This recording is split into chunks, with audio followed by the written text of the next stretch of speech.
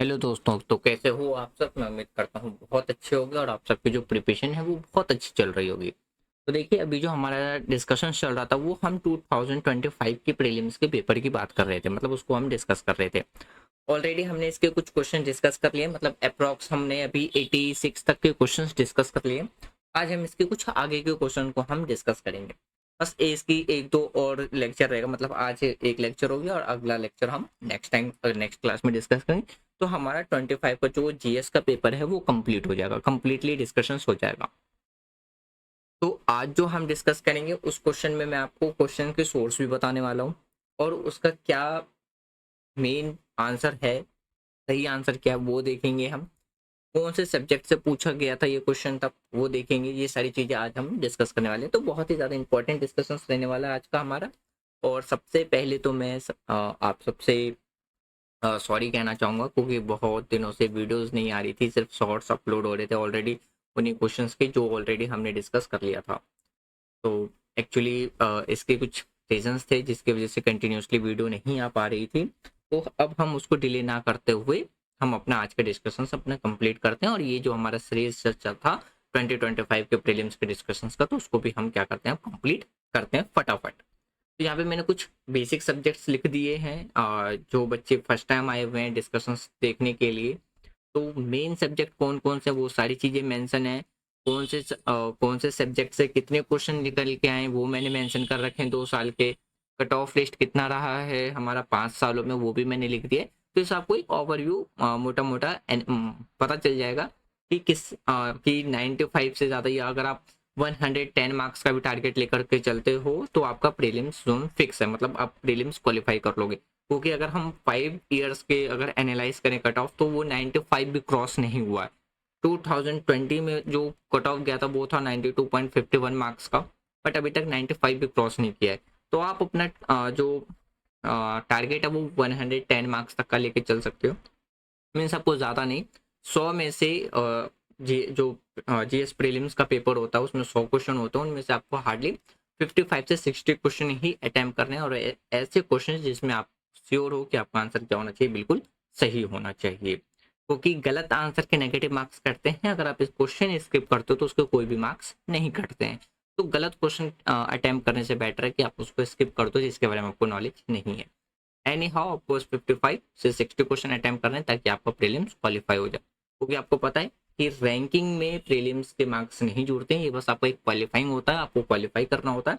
आपके जो रैंकिंग में मार्क्स जुड़ते हैं वो मेंस और इंटरव्यू पे जुड़ते हैं। बस आपको ये फर्स्ट स्टेज होता है, इसको बस किसी तरीके से आपको क्या करना होता है, क्लियर करके नेक्स्ट स्टेज यानी कि जो दूसरा स्टेज होता है मेंस का, उसमें आपको जाना होता है। तो चलिए हम स्टार्ट करते हैं अपना आज का डिस्कशन, जो कि हमारे कुछ पेंडिंग क्वेश्चन अब रह गए हैं।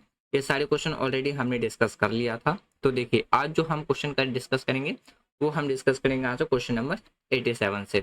देखिए, जो क्वेश्चन नंबर 87 है ना, इसमें आपसे जो क्वेश्चन पूछा गया है ये पूछा गया है आर्टिकल 94 से ये क्वेश्चन निकल के आया है। आर्टिकल 94 से ये क्वेश्चन निकल के आया है। वैसे अगर आप इसका सोर्स देखो तो एम लक्ष्मीकांत की बुक से ही ये क्वेश्चन आपको डायरेक्ट देखने को मिल जाएगा। तो क्वेश्चन सोर्स मैंने आपको बता दिया, एम लक्ष्मीकांत का बुक है। मतलब इसके लिए आपको एम लक्ष्मीकांत की बुक आपको पढ़ी होनी चाहिए थी, या कोई भी इंडियन पॉलिटिक की बुक। और आर्टिकल 94 से लेकर के 90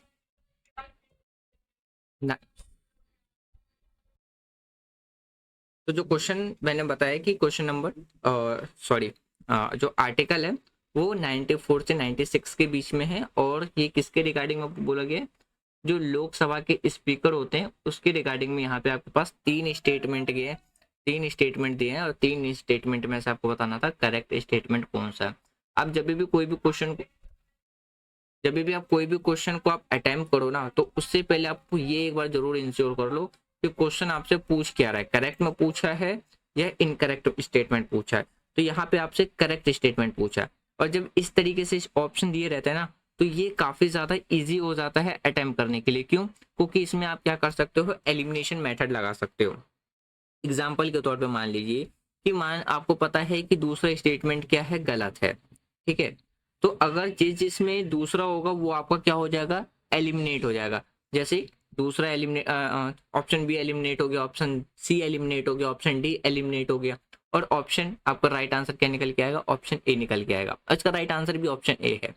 तो जैसे कि यहाँ पे 3 स्टेटमेंट है, आपको तीनों स्टेटमेंट में से सिर्फ इतना पता है कि दूसरा हमारा गलत है, इसी से आप क्या निकाल सकते हो, आंसर निकाल सकते हो। तो इसलिए ये ऑप्शन ज्यादा इजी रहता है अटेम्प्ट करने के लिए।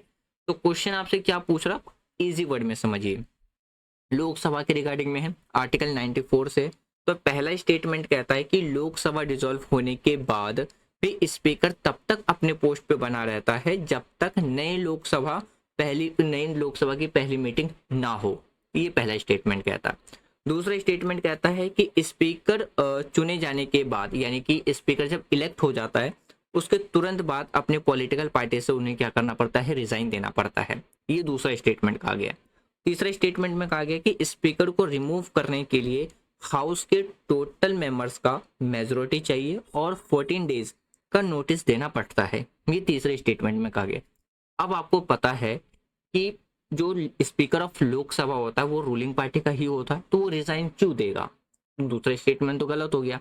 तो हमारा जो राइट आंसर आएगा वो आएगा ऑप्शन ए निकल करके, यानी कि ऑप्शन ए क्या है हमारा बिल्कुल करेक्ट आंसर है। अब एक एक करके हम डिस्कस करते हैं। अगर हम फर्स्ट स्टेटमेंट की बात करें तो पहला स्टेटमेंट हमारा सही है। अकॉर्डिंग टू आर्टिकल 94 उसमें ये लिखा है कि रिजोल्यूशन के बाद भी स्पीकर अपने पोस्ट पे बना रहता है जब तक नए स्पीकर इलेक्ट होकर के ना आ जाए। तो पहला हमारा बिल्कुल सही है। दूसरा गलत है। क्यों? क्योंकि स्पीकर को अपनी पार्टी से रिजाइन करना जरूरी नहीं होता है। ये सिर्फ एक क्या रहता है, हमारा इम्पेरियल रहता है। इसी वजह से क्या रहता है, दूसरा स्टेटमेंट हमारा गलत हो जाता है।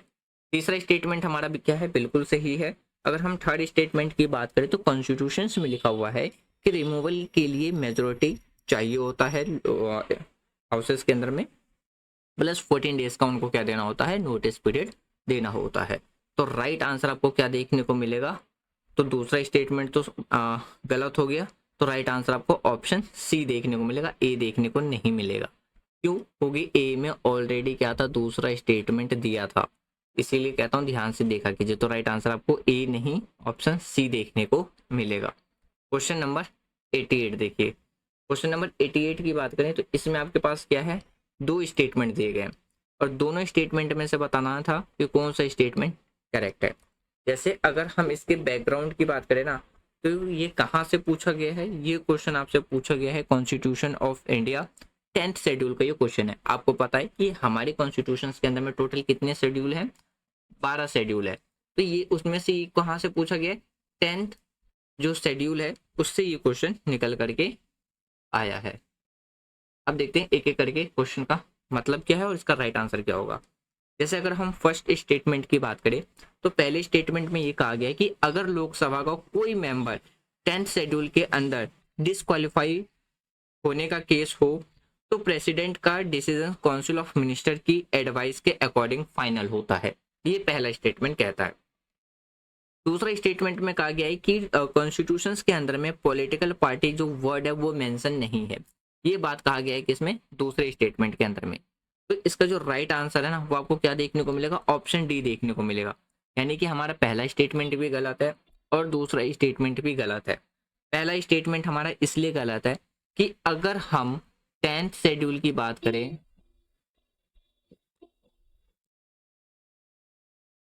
तो देखिए अगर हम 10th शेड्यूल की बात करें वो इसलिए गलत, मतलब 10th शेड्यूल की अगर हम बात करें तो स्पीकर जो शेड्यूल है, आई मीन्स अगर हम बात करें 10th शेड्यूल के केस में अगर स्पीकर चेयरमैन डिसीजन करते हैं ना कि प्रेसिडेंट, इसमें बस एक छोटा सा उसने डाल दिया था कि यहाँ पे प्रेसिडेंट डिसीजन लेता है। तो प्रेसिडेंट डिसीजन नहीं लेता यहाँ पे डिसीजन कौन लेता, स्पीकर के द्वारा लिया जाता है। तो इसी वजह से पहला स्टेटमेंट गलत हो गया। पूरा सही है बट यहाँ पे प्रेसिडेंट नहीं आएगा, प्रेसिडेंट की जगह पे क्या आएगा, हमारा स्पीकर आएगा। ठीक है। दूसरे स्टेटमेंट की बात करें तो दूसरा स्टेटमेंट इसलिए गलत है, इसमें क्या कहा गया है कि पॉलिटिकल पार्टी वर्ड मेंशन नहीं है हमारे कॉन्स्टिट्यूशन के अंदर में, गलत, बल्कि ये पॉलिटिकल पार्टी वर्ड उसमें मेंशन है। इसी वजह से हमारा राइट आंसर क्या होगा, option D is correct answer आपको देखने को मिलेगा। क्वेश्चन नंबर 89, इसमें आपके पास 2 स्टेटमेंट दिए गए और दोनों स्टेटमेंट में से बताना था कि कौन सा स्टेटमेंट करेक्ट है। सोर्स में आपको बता दूं तो ये जो क्वेश्चन पूछा गया है वो mines and minerals development and regulations act 1957 से ये क्वेश्चन पूछा गया, मतलब सोर्स है इस क्वेश्चन का। क्वेश्चन आपसे क्या पूछ रहा है, स्टेटमेंट वाइज समझते हैं। पहले स्टेटमेंट में कहा गया है कि हमारे देश के अंदर में, यानी कि इंडिया की बात कर रहा है, कि स्टेट गवर्नमेंट के पास कोई पावर नहीं होती है रूल्स बनाने का, इवन अगर मिनरल्स उनके स्टेट में हो। पहला स्टेटमेंट कहता है। दूसरा स्टेटमेंट कहता है कि जो सेंट्रल गवर्नमेंट के पास पावर है कि जो माइनर मिनरल्स हैं उनको वो क्या कर सकते हैं, नोटिफाई कर सकते हैं। अब हम ऑप्शन की अगर हम बात करें तो ऑप्शन में क्या कहा गया है कि बोथ स्टेटमेंट आर करेक्ट, यानी कि दोनों स्टेटमेंट सही हैं, लेकिन सेकंड स्टेटमेंट जो है वो क्या है, फर्स्ट स्टेटमेंट का करेक्ट एक्सप्लेनेशन है। दूसरा स्टेटमेंट कहता है दोनों स्टेटमेंट हमारा क्या है, सही है, बट दूसरा स्टेटमेंट क्या करता है, फर्स्ट स्टेटमेंट की करेक्ट एक्सप्लेनेशन नहीं है। तीसरे स्टेटमेंट की बात करें तो पहला सही है, दूसरा गलत है, और ऑप्शन डी की बात करें तो पहला स्टेटमेंट गलत है, दूसरा सही है। इनमें से बताना था राइट आंसर कौन सा होगा। तो राइट आंसर आपको क्या देखने को मिलेगा, ऑप्शन डी देखने को मिलेगा। मींस हमारा पहला स्टेटमेंट गलत है, दूसरा स्टेटमेंट हमारा क्या है, बिल्कुल सही है। पहला स्टेटमेंट क्यों गलत है कि अगर हम माइनर मिनरल की बात करते हैं, माइनर मिनरल्स की बात करते हैं, तो ये उसको कौन रेगुलेशंस करता है, ये स्टेट के पास होता है। किसके अकॉर्डिंग, MMDR एक्ट 1957 के अकॉर्डिंग। तो इसको कौन रेगुलेट करता है, स्टेट गवर्नमेंट जो होती है वो क्या करती है, रेगुलेट करती है। अब ये MMRD क्या है, मैंने अभी बताया, minor minerals development and regulation act. ठीक है, तो इसलिए हमारा पहला स्टेटमेंट क्या हो जाता है, गलत हो जाता है, क्योंकि इसमें कहा गया था ये स्टेट गवर्नमेंट के पास पावर नहीं होती है। दूसरा स्टेटमेंट हमारा बिल्कुल सही है कि सेंट्रल गवर्नमेंट के पास ये पावर होती है कि वो नोटिफाई कर सके कि वो माइनर मिनरल्स है या नहीं, उसके जो रिलेवेंट लॉ होती हैं उसके लिए। तो हमारा दूसरा आंसर क्या है, बिल्कुल मतलब दूसरा स्टेटमेंट सही है, और राइट आंसर आपको क्या देखने को मिलेगा, ऑप्शन डी देखने को मिलेगा। नेक्स्ट क्वेश्चन देखिए। नेक्स्ट क्वेश्चन जो पूछा गया है इसमें आपसे ये पूछा गया है कि जो नेचुरल रिस्टोरेशन लॉ है, इसके लिए जो climate change and biodiversity loss हो रहा है उसको टैकल करने के लिए, तो ये किसके द्वारा बनाया गया था, या इसको किसके, हाँ मतलब ये किस ऑर्गेनाइजेशंस को किसके द्वारा बनाया गया था। तो सीधा सीधा इसका जो राइट आंसर आपको देखने को मिलेगा वो आपको ऑप्शन ए देखने को मिलेगा, यानी कि यूरोपीय यूनियन। तो Europe parliament news 2024 current affair का ये क्वेश्चन था, तो आप इस तरीके से रिलेट कर सकते हो। नेक्स्ट क्वेश्चन देखते हैं, क्वेश्चन नंबर 91। ये किसके रिगार्डिंग में पूछा गया था, तो ये पूछा गया है सीधा सीधी एम लक्ष्मीकांत की ही बुक से आपको देखने को मिल जाएगा। पॉलिटी का बहुत इंपॉर्टेंट चैप्टर है लोकल गवर्नमेंट। लोकल गवर्नमेंट मतलब पंचायती राज का ये क्वेश्चन है, आपने 6th क्लास में ही पढ़ा होगा, और जो एम लक्ष्मीकांत है उसमें भी आपने पढ़ा होगा, एनसीईआरटी बुक्स में आपने जरूर इसके बारे में पढ़ा होगा। तो चलिए देखिए, इसमें आपके पास क्या है, 3 स्टेटमेंट दिए गए, 3 स्टेटमेंट में से बताना था कि कौन सा स्टेटमेंट इसमें से करेक्ट है। तो इसमें आपसे करेक्ट नहीं, नॉट करेक्ट पूछा है, मतलब इसमें आपको गलत स्टेटमेंट बताना है कि कौन सा इसमें गलत स्टेटमेंट है। इसमें भी आप एलिमिनेशन मेथड आप क्या कर सकते हो, यूज कर सकते हो। जैसे पहले स्टेटमेंट में कहा गया है कि जो पंचायत है, यानी कि हर स्टेट में इंटरमीडिएट लेवल पे यानी कि ब्लॉक लेवल पे पंचायत होता है, पहला स्टेटमेंट कहा गया है। दूसरा स्टेटमेंट कहता है कि इंटरमीडिएट लेवल पंचायत मेंबर बनने के लिए मिनिमम जो एज है वो कितनी होनी चाहिए, 30 ईयर होनी चाहिए, यानी कि 30 साल होना चाहिए। तीसरा स्टेटमेंट कहता है चीफ मिनिस्टर फाइनेंस कमीशन बनाता है पंचायत के लिए, और इनमें से बताना था कि कौन सा स्टेटमेंट सही नहीं है, मतलब इनकरेक्ट स्टेटमेंट बताना था। तो इसका जो राइट आंसर आपको देखने को मिलेगा वो आपको देखने को मिलेगा ऑप्शन डी, यस। तीनों ही स्टेटमेंट क्या है, हमारा गलत है। तीनों स्टेटमेंट इसलिए गलत है क्योंकि जरूरी नहीं कि हर स्टेट के अंदर में ब्लॉक लेवल यानी कि इंटरमीडिएट लेवल पे आपको पंचायत देखने को मिले। इसलिए ये स्टेटमेंट क्या हो जाता है, गलत हो जाता है। दूसरे स्टेटमेंट की बात करें तो दूसरा स्टेटमेंट हमारा इसलिए गलत है क्योंकि इसमें आपको ए मिनिमम एज 30 साल नहीं जबकि 21 साल देखने को मिलेगा मिनिमम। इसी वजह से दूसरा स्टेटमेंट भी हमारा क्या हो जाता है, गलत हो जाता है। उसके बाद देखिए अगर हम बात करते हैं थर्ड स्टेटमेंट की, तो थर्ड स्टेटमेंट भी गलत है। क्यों? क्योंकि जो स्टेट फाइनेंस कमीशन है वो स्टेट गवर्नमेंट यानी कि चीफ मिनिस्टर नहीं बनाता है, ये बनाया जाता है किसके द्वारा, गवर्नर के द्वारा। किसके द्वारा बनाया जाता है, गवर्नर के द्वारा। तो इसीलिए हमारा ये स्टेटमेंट क्या हो जाता है, गलत हो जाता है। तो राइट आंसर आपको क्या देखने को मिलेगा, ऑप्शन डी। अब देखिए अगर हम पंचायत की बात करें ना, तो ये आपको आर्टिकल किसमें देखने को मिलेगा, 243 आर्टिकल्स में देखने को मिलेगा, यानी कि 243 ए से लेकर के 243 ओ तक में आपको देखने को मिलेगा। अब मैं हर एक स्टेटमेंट का एक स्पेसिफिक आर्टिकल बता देता हूँ। जैसे देखिए अगर हम इसकी बात करें ना आर्टिकल्स की, तो आर्टिकल 243 बी, आर्टिकल 243 के एंड आर्टिकल 243 आई आपके लिए होमवर्क है। ये तीनों आर्टिकल्स आपको जाके पढ़ना है, फिर आपको बताने की क्या तीनों स्टेटमेंट सही था या नहीं था। ठीक है, ये आपके लिए आज का होमवर्क है। आपको ये 3 आर्टिकल आपको पढ़ने और कमेंट बॉक्स में इसके बारे में बताना है। नेक्स्ट क्वेश्चन देखिए, क्वेश्चन नंबर है 92। ये आपका आईआर का क्वेश्चन है क्योंकि ये किसके लिए पूछा गया है, एक रीजनल ऑर्गेनाइजेशन है बिमस्टेक, प्लस ये इंटरनेशनल रिलेशंस में भी आता है जो हमारी ऑर्गेनाइजेशन है। तो देखिए इसमें आपसे 4 स्टेटमेंट दिए गए हैं और चारों स्टेटमेंट में से बताना था कि कौन सा स्टेटमेंट क्या है हमारा करेक्ट है। जैसे पहला स्टेटमेंट कहता है कि जो बिम्स्टेक है, बिम्स्टेक में आपको जनवरी 2025 में 7 मेंबर देखने को मिलेगा, यानी कि करेंटली इसमें अभी 7 मेंबर है।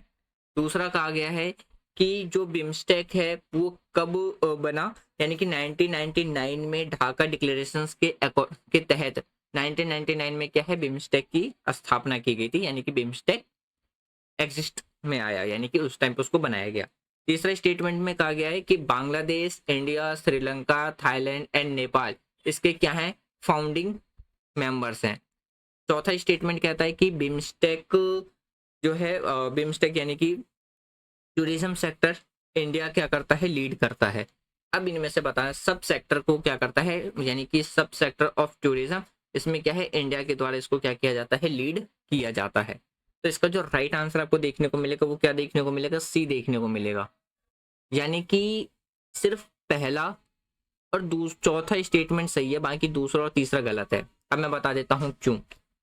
ये पूरा स्टेटमेंट सही है बट ये ईयर गलत है, ये 1999 नहीं, ये 1997 होगा। बस इतना सही आपको करेक्शन करना था, इसलिए ये स्टेटमेंट हमारा गलत हो जाता है। दूसरा स्टेटमेंट में सब कुछ सही है, बस एक कंट्री को हटा दो, नेपाल, ये इसका फाउंडिंग कंट्री नहीं था, ये बाद में जुड़ा है।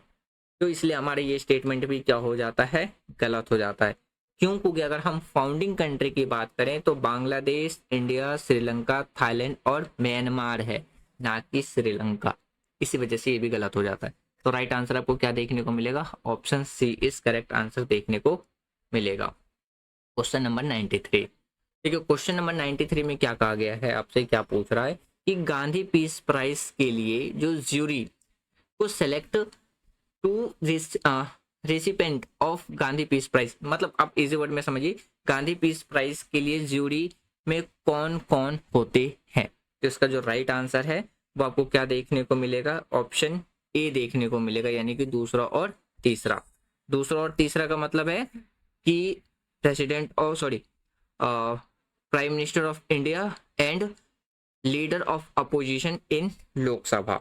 अगर हम बात करें ज्यूरी में कौन कौन, प्राइम मिनिस्टर चेयरपर्सन होते हैं, लीडर ऑफ अपोजिशन लोकसभा के, और chief justice of India and one eminent person होता है, प्रेसिडेंट इसका पार्ट नहीं होता है।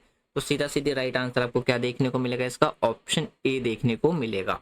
और इसके बैकग्राउंड की बात करें तो जो ये क्वेश्चन पूछा गया था वो ministry of culture government of India का ये क्वेश्चन है, वहां से निकाल करके ये क्वेश्चन पूछा गया था।